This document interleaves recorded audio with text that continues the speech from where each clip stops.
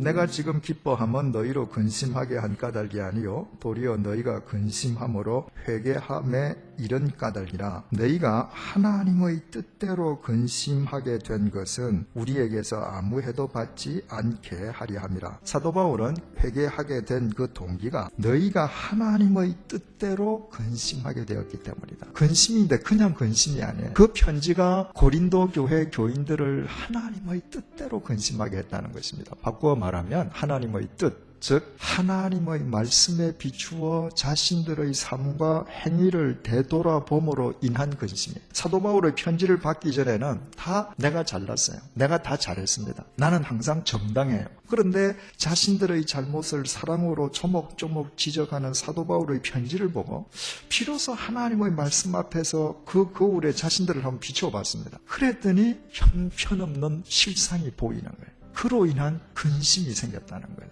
그 근심한다고 하는 헬라어 리페오는 근심한다, 번민한다, 고민한다, 슬퍼한다 이런 말이에요. 하나님의 은혜를 받고도 하나님 말씀대로 살지 못하는 자기 자신에 대해서 비로소 슬픔을 느꼈어요. 내가 이렇게 살고도 과연 하나님으로부터 구원받은 자라고 말할 수 있는가? 자기 자신에 대해서 고민하게 되었습니다. 그래서 손해를 본 것이 아니라 오히려 큰 은혜를 입게 된 것이었죠. 여러분, 하나님의 말씀 앞에서 자기 자신에 대해서 자기가 지은 죄, 자기의 모든 하나님을 외면하고 사는 행위에 대해서 거룩한 영적 번민, 그것을 가진 자만 하나님을 향해서 더욱더 나아감으로 성화를 이루어가지 않겠어요? 그 사람만 세월이 흘러가도 후회하지 않지 않겠습니까? 여러분들이 몇십 년을 살아오셨던지 상관없이 이제끝까지 살아오신 패턴이 똑같죠. 연초 되면 결심하고 연말 되면 후회하고, 그죠? 왜 그렇습니까? 여러분, 연초가 되어서 여러분들이 결심만 한다고 됩니까? 이제끝까지 여러분들이 몇십 년을 살아오시면서도 계속 똑같은 잘못을 되풀이해온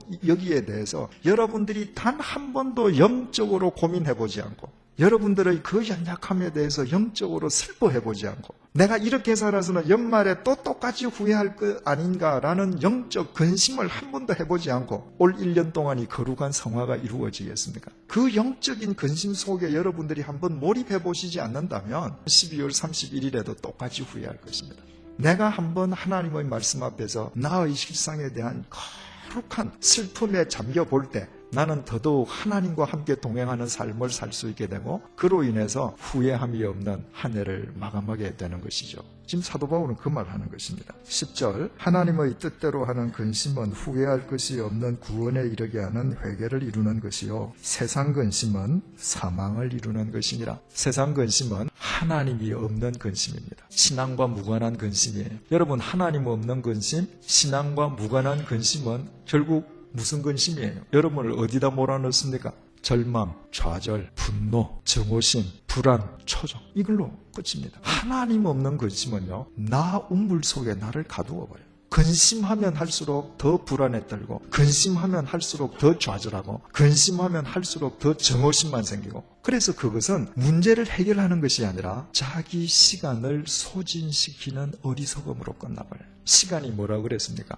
생명이잖아요. 자, 그러면 하나님의 뜻대로 근심했을 때 고린도 교인들에게 어떤 결과가 수반되었는가? 간절하게 하나님 앞에서 변증하는 것으로 드러났습니다. 아플로기아라고 하는 이 말은 하나님 앞에서 변명했다는 것이 아니고요, 하나님 앞에서 자신이 잘못한 것을 솔직하게 고백하고 하나님 앞에서 사과하는 것을 의미합니다. 근심에 빠지면서 비로소 하나님 앞에 자기 실상을 고백할 수 있게 되었어요. 하나님의 뜻대로 근심에 빠졌을 때 두 번째 나타난 현상이 의분을 느꼈습니다. 이 의분은 누구에 대한 의분일까요? 첫째는 고린도 교회를 흔들고 그들에게 거짓 사설을 가르쳤던 거짓 교사들에 대한 의분일 수 있죠. 그 거짓 교사들을 그들은 스승으로 떠받들었거든요. 그러나 그보다는 두 번째로 자기 자신에 대한 의분이죠. 참과 거짓된 것을 구별하지도 못하고 이미 바울을 통해서 진리를 맛보았음에도 불구하고 무엇이 참이요 무엇이 거짓인지 알지 못한 채 부하내동했던 자기 자신에 대한 의분이죠. 여러분, 우리는 하나님 말씀을 읽으면서 내 자신에 대한 의분을 느낄 수 있어요. 있어야 합니다. 내가 20년을 살았든 30년을 살았든 그래 고작 이것밖에 못 살았나. 하나님께서 매일매일 내게 생명을 주시고 나에게 수없이 많은 가능성을 주시고 수없이 많은 것들을 허락하셨는데 그것으로 내가 하나님을 위해서 산 게 고작 이것이요. 모든 나머지 것은 나의 종력을 위해서 쓴 나 자신에 대해서 의문을 느낄 수 있어야 돼요. 세 번째 나타난 현상은 하나님에 대한 두려움입니다.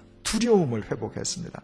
요즘은 하도 어린아이들이 왕이니까 그런 말도 없어져 버렸습니다만은 불과 20, 30년 전만 해도 이런 말이 있지 않았습니까? 손자를 예쁘다고 하면 할아버지 머리에 올라가서 상투를 흔든다고요. 요즘 아이들이 어른에 대한 두려움이 없으니까 상투를 뒤흔드는 정도가 아니에요. 하나님과 인간관계도 똑같습니다, 여러분. 하나님을 진정으로 두려워할 줄 아는 자가 그럼에도 하나님께서 나를 용서해 주셨음을 깨달았을 때에 그 사랑이 내 생명이 되는 것이고 그 사랑의 종으로 내가 살아가는 것이지 하나님에 대한 처절한 두려움을 경험해보지 않은 사람은요, 하나님하고 늘 1대1이에요.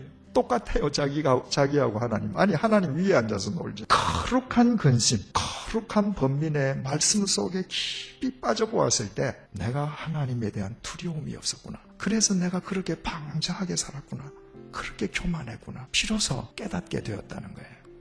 네 번째로 거룩한 근심에 빠져서 두려움을 회복했을 때 뒤따라가는 것이 하나님에 대한 참된 사랑이에요. 그 두려우신 하나님, 공의의 하나님이 예수 그리스도 안에서 내게 새 생명을 먼저 주셨단 말이죠. 그래서 두려움의 회복은 하나님에 대한 사모함의 회복으로 자연스럽게 연결될 수밖에 없는 것이죠. 11절 제일 마지막 구절입니다. 너희가 그 일에 대하여 일체 너희 자신의 깨끗함을 나타내었느니라. 그런 과정을 통해서 정말 그들이 하나님과의 화목을 회복한 그리스도인으로서의 성결을 드러내었다는 것입니다. 사도 바울이 쓴 근심의 편지로 인해서 그들이 하나님과 화목한 관계를 회복하게 되었습니다. 그렇다면 결론을 맺을 수 있습니다. 첫째로 우리 자신들이 하나님 앞에서 거룩한 근심, 신령한 번민을 하기 시작하는 것으로 우리의 삶을 바로 세워가는 한 해가 되어야 된다는 것입니다. 단 한 번이라도 정말 나의 현재의 실상에 대해서 하나님의 은혜를 입은 자로서 내가 매일매일 살아가는 나의 일거수일투족에 대해서 내가 이렇게 살고도 내가 하나님 앞에 바르게 설 수 있겠는가?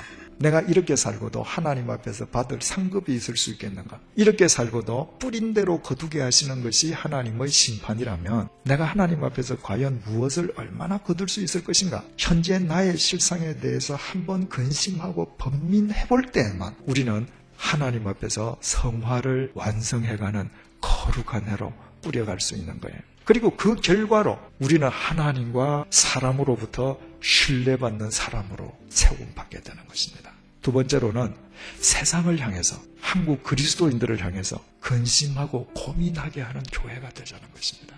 오늘날 교회 갱신을 다 저마다 부르짖긴 하지만 교회는 날이 갈수록 문제점만 더 많이 노출하고 있는 것으로 비춰지고 있습니다. 이유가 뭘까요? 자기 자신에 대해서 거룩한 근심을 한 번도 해보지 않기 때문에, 고민하지 않기 때문에. 그래서 우리가 먼저 고민하고 우리가 범사에 신뢰받는 사람이 되어서 한국 교회를 향해서 오늘날 교회의 모습이 정말 그렇게 해서 되겠는가? 우리가 그리스도인으로서 이렇게 살아서 되겠는가? 고민하게 하는 한 해가 되자는 것이죠. 그때 우리는 물론이요, 우리와 더불어 이 시대를 살아가는 그리스도인들이 함께 하나님 앞에서 또 사람 앞에서 신뢰받는 그리스도인이 될 것이고, 신뢰를 회복할 때 비로소 우리에 의해서 이 세상은 밝아지고 맑아지게 될 것입니다. 기도하겠습니다.